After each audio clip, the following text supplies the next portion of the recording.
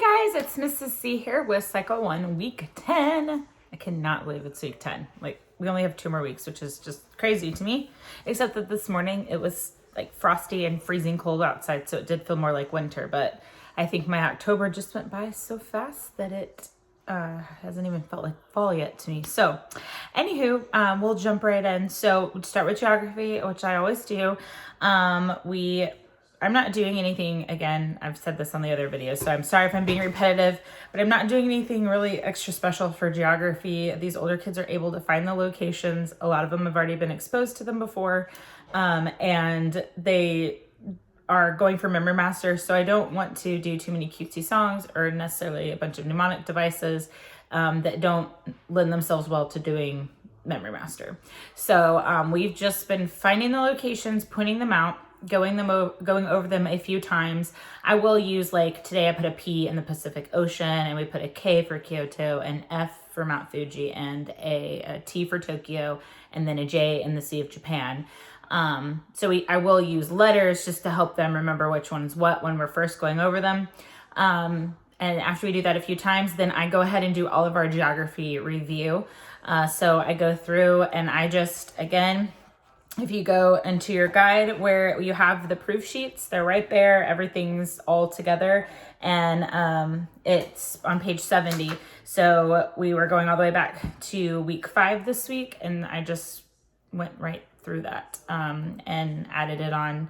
And then once we go through all of our previous geography weeks, do all that and review, then we go back over the new stuff that we've learned and hit that again just to make sure they kind of, have had some space in there and make sure they remembered it. So again, I feel bad that I don't have better ideas for you guys, except that you don't have to do anything super creative for this age for geography. I feel like now if something is fun and I figure out something exciting to do, I will do it, but I'm not stressing about having something new and exciting every time. So that was geography. After geography, because we're talking about Japan, and history is so nice this week because everything lines up and connects so well. Some of our weeks it connects to previous weeks, and some of the weeks we won't talk about in our timeline until later or whatnot, but this week just everything lined up really nicely. So we actually went right into our history sentence, which a lot of times I will save to the end, but we went right into that with the hand period. And I brought in, I thought they might think that they were too big for these, but they actually really had fun with them. So I have these little guitars from the dollar store, and they actually, like, if you turn them, they kind of make the sound that it does in the song. So I just gave them this. They're just loud enough to be satisfactory, but not so loud to be annoying. So they're great. I've used them for all ages. This is the first time I've used them with the older kids, and they liked them. So they didn't think that they were too big for them. So we just kind of sang through the song and plucked our guitars like they do in the music, and went through it several times doing it that way. And they just had fun playing on these. So I did take a minute. So there are 2 timeline cards that go along with. I have known this, but I have not utilized this. So if you haven't utilized it or you don't know it, if you pay attention on history and science, there are little numbers that are up in the corners, and those are the cards that go along with it. So it tells you the card number, and that goes along with it. So for at home use, if you want to pull those cards out, sorry, I have a hair stuck. Yeah, pull those cards out to read more about the history sentence. That's very helpful. I have been trying to include those cards just so the kids can connect them in. And again, this week, our first part of the timeline is the hand period. So I read just like a smidge off the back for them, just because I had read them last night, and there was some fun stuff like about Bushido, and I thought the one on, card 76, which is about the shoguns, the guy's name, which is some funny name, like Great Barbarian Commander or something like that. I can't remember. You can read on the back of the card. That's a good question for your mom. But I did read a couple of little facts to them about that, and then we sang through the song again. So that was history, and then we went right into timeline because of all the connections. So then we just went through the hand period. I had put stickers on the back of the cards to play our bomb game, and I've decided with the bomb game, rather than always doing rewards, sometimes when you hit bombs you're going to have a consequence, and the consequence was if they hit all the bombs, then they had to do one lap around our building. So that they were excited about that, so they wanted to hit all the bombs, so I let them. Then we have a door we can go out and run around and kind of come back in, so they did a lap around the building, which was fun. Got them up and running, and they were pretty fast, so it didn't take too long. For math, I have one of these little shape sorters, and I thought since we're doing squares and cubes over the next 2 weeks that this would be fun to use. So what I did is kind of like we've done with the other things, just them trying to race us while we say our math facts. And again, I have 7 kids in class right now, so we do it 7 times, and they just each take a turn doing whatever the activity is. I will say that this is one of the old school ones, and it is much harder than the newer ones, because I had newer ones for a game that I played at a Halloween party one time. Basically, you race doing this as adults, and they're way easier. There aren't as many shapes, and not all the sides have shapes on them, so there's less places.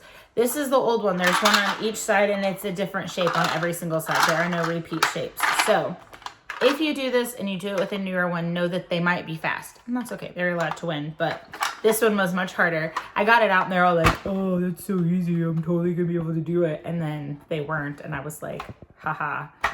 It is easy, but it's not easy to do it as quickly as you think you can. So we did this, each one, they just dumped them out, and then I said go, and we started saying our squares, and they started trying to put the shapes in. So for Latin, I did my idea that I had last week that I forgot to get a balloon for. So we played Keepy Uppy. For all you Bluey fans out there, you know what I'm talking about. But basically, I blew up a balloon, and we just tried to keep the balloon up off the ground while we sang the fork declension noun endings. And I will give you some advice. I speak from experience. Move your coffee out of the way of the children and the balloon, or you will lose said coffee, and it will be a sad day. So we just sang through Latin, I think 2 or 3 times. Again, when you're doing Latin, if you sing the chant, you are saying it multiple times in the chant. So you do not have to say the chant 7 times to get it in. So if you say it once and do the chant twice, you get it in all 7 times. So we did it 2 or 3 times. I can't remember.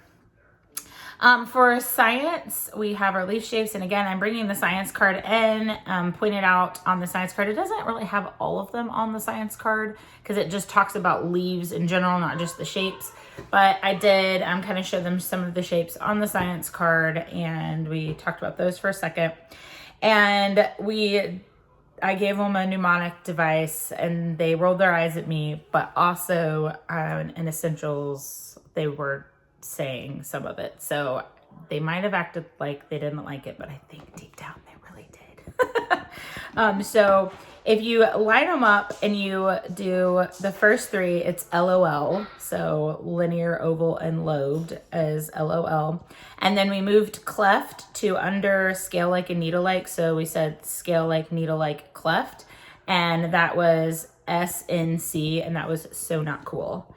So we'd say LOL, so not cool. And you have to say it like a Valley girl if you're in my class. So again, they acted like that was so not cool, but then they actually liked it, I think. So we just used that mnemonic device, and then we said them several times. Actually, we did this before Latin, and I had them say it several times while I was blowing up the balloon for Latin. Then I totally spaced doing prepositions, which is okay because my class at this point has the entire preposition list down. So I apologize if you're a parent and watching this. I'm really sorry that I didn't go over those today, but your kids are awesome and they kind of already know them, so they didn't miss out, and we did do them again in review. So anyway, no awesome ideas there. With my class, we have been doing the entire preposition. We start off and we say, what is a preposition? Then we go through the entire list every time. The list, again, it's back in the Memory Master proof sheet. I don't have the page number right in front of me, but it's towards the back of your book. Oh, here we go, page 64. If you want to have a whole list there to go over in class, I just photocopied them and put them in page protectors for the kids. So anyway, that is everything for today. We didn't do anything super special for Tin Whistle or Owl Pellet as far as I go. Our director is amazing and she is doing the Tin Whistle karate. So a few of you have commented and asked, like, what are you doing for Tin Whistle for Masters?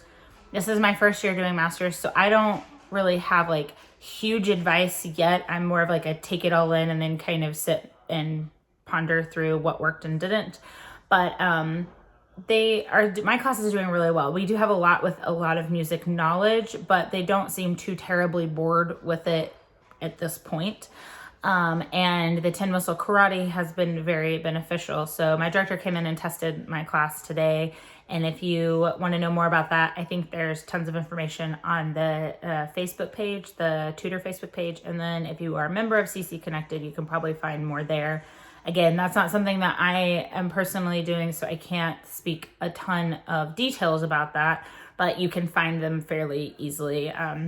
There are different levels of knowledge about the tin whistle and ability on the tin whistle, and when you test that level, they have the little little bands that used to be really popular, the little rubber ones, and they get to put those on their whistle and earn belts for karate. So that has been really helpful for my class. It's gotten them a little more excited, I think, about the basics of the tin whistle.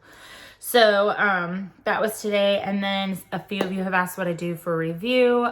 For review, I brought in the game Bang today. Again, if you aren't familiar with that, you can find better directions online somewhere, I'm sure, if you look it up. But basically, it's a bunch of sticks. You pull out a stick and it will say week 5 geography, and so you'll review week 5 geography, and then you get points. I think they have a point value on them, or you just give the same amount of points for each time.